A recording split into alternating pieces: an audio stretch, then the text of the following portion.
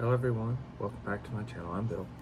We're going to be in the Basic Fantasy role-playing tabletop game for this video. You can get this book at basicfantasy.org for free as a PDF. They also have adventures, and you could repurpose those adventures for any of the game systems you're playing. Just use the maps, replace the creatures with your adventure or your system's appropriate creatures, and run it as is. You could also repurpose the maps and use them differently for your own means. So we're going to go over the adventure chapter, which is everything to do with exploration, carrying capacities, and combat. So this is going to be a pretty big chapter to review a bunch of rules on, and I'll be breaking them down into individual videos. So for this one, we're going to handle time and scale.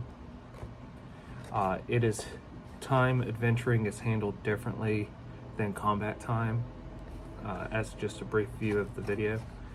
So let's read this and see exactly what they say about it.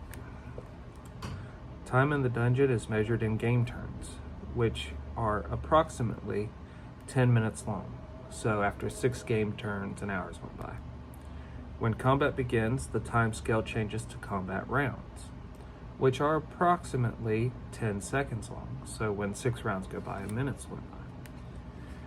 Thus, there are 60 combat rounds per game turn. Distance in a dungeon is measured in feet. Outdoors changes all distance measurements, movement, range, etc. to yards. So 100 feet becomes 100 yards. But area of effect measurements for spells, for instance, normally remain in feet. So if I was going to pull this and use this for, say, my D&D games or my Pathfinder games,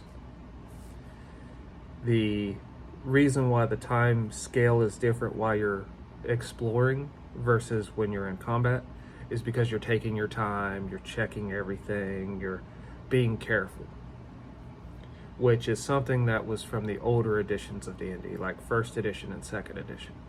You would have a 10-foot pole to poke around and try to trigger a trap without being caught in the trap.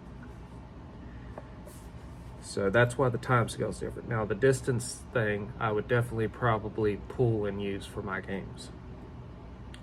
So your ranged weapons, your bows that are set for, say your longbow's 100 feet, that becomes 100 yards when you're out in the open. So when you're not in narrow corridors, you're not in a dungeon, you're not exploring a dense area, you have 100 yards before you take a penalty. I like that because that gives you a good range. The downside is that does not apply to your spells. Now you might be able to apply it for the distance of your spells, but I probably wouldn't. Like I wouldn't want my fireball going any further than it already is programmed to go in the game. But the burst radius would be the same. It's a 30-foot radius. So you have that. I wouldn't change that into yards in this example. But that's how time and scale is measured in the Basic Fantasy. Let me know if this was useful to you, or if you plan to try to use those rules to expand your game and add more fun to it. Until we all game again, guys.